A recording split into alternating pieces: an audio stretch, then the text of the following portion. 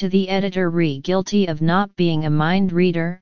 Op-ed, January 17. Bari Weiss brushes aside the problematic behavior of the comedian Aziz Ansari in a sexual encounter to advance her notion that his actions are commonplace and therefore no big deal. Nobody is expecting Mr. Ansari or anyone else to be a mind reader in the bedroom.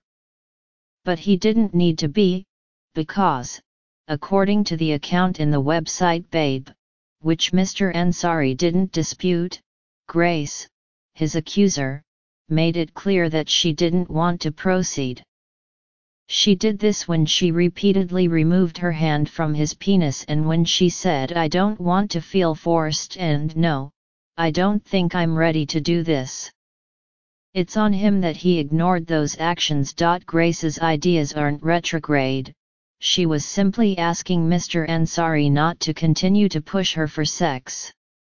She was asking him to treat sex as something that happens between two people, not something one does to the other. He may indeed have considered the encounter consensual, but that doesn't make it so. Ms. Weiss makes it sound as if Grace didn't voice any objections. Whatever other sexual acts she consented to are irrelevant to his ignoring her direct statements. That's the issue. Rachel Kramer, Bustle Egg Harbor Township, N.J. To the editor, Bari Weiss proposes that if Grace was uncomfortable with Aziz Ansari's sexual advances, she should have said so.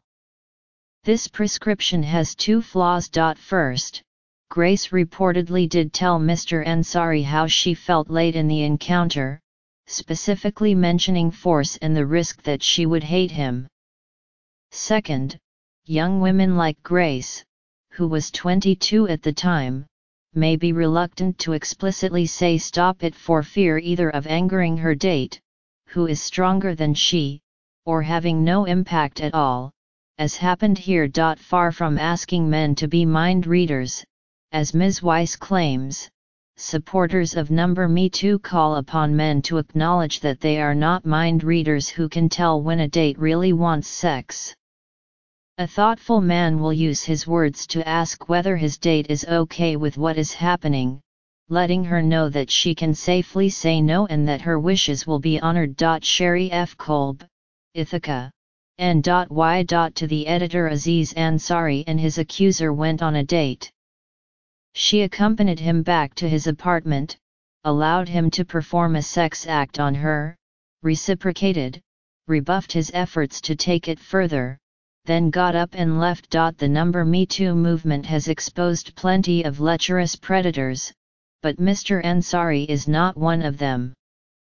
Baseless accusations like this, and the media's failure to distinguish between sexual assault and second thoughts, belittle the experiences of genuine victims, impede the fumigation of the Hollywood casting couch and dilute the potency of the Me Too movement's most effective ingredient, truth. Gary Tostine, New York. To the editor, it's time to rethink the hookup culture altogether, which for women tends to end in far more unhappiness than in good sex. It is based on the lie that women are just as eager as men to have unromantic, unattached, transactional sex. This is neither true of humans nor virtually any other species, where the female has enormous power through mating rituals of establishing when and with whom sex occurs. Grace was just doing what a good modern woman is supposed to do, hook up.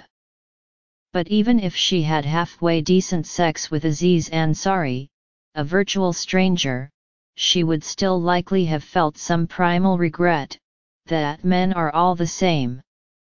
It's time for women to try some old-fashioned empowerment, demand that men woo and seduce them, build a romantic charge, take their time to get to know the man, and then decide whether sex is even in the cards. Vincent Basehart, Los Angeles.